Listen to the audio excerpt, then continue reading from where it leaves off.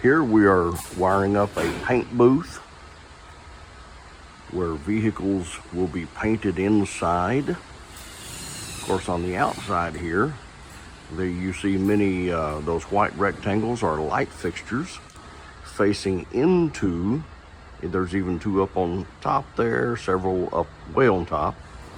You see the conduit we've run to feed those. Here's the controller, control box to control both the exhaust fan and the lights. I want you to understand here, when you look, of course, when you look into a control box, you see there's a relay right there, that little white thing. There's a relay right there. Here's another sort of relay.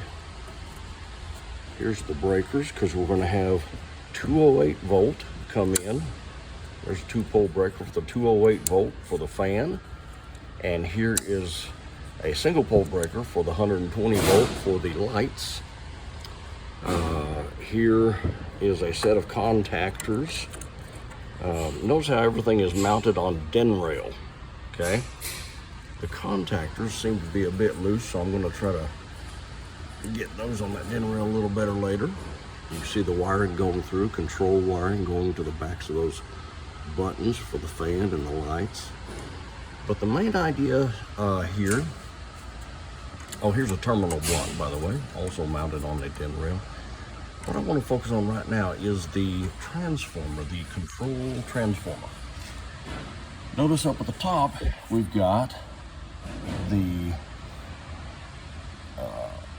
I can't read it, H1, okay. So that's the common for the hot coming in. It says 208, 230, and 460. Now here in the United States, we don't use 460, we use 480. And we don't normally get 230, we get 240, but that's the same thing. 208, in this building, we have a 3-phase electrical system.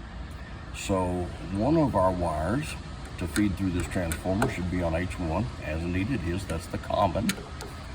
And the other one needs to be not on the 230/240, but rather on 208.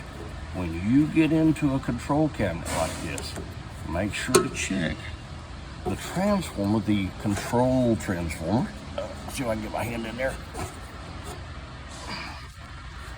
Make sure that your control transformer is wired up for the voltage that you, okay, that's not gonna work, so I'm gonna have to turn the camera off and get it in both hands. Besides, this video is going long. The main point is check your control transformer to make sure that the voltage you're bringing in, for example, in this case, this building is providing 208, not 240. So we have to take that from the 230 screw to the 208 screw. And I'm about to turn my phone off and do that properly. Okay. So make sure you check that anytime you get into a control cabinet.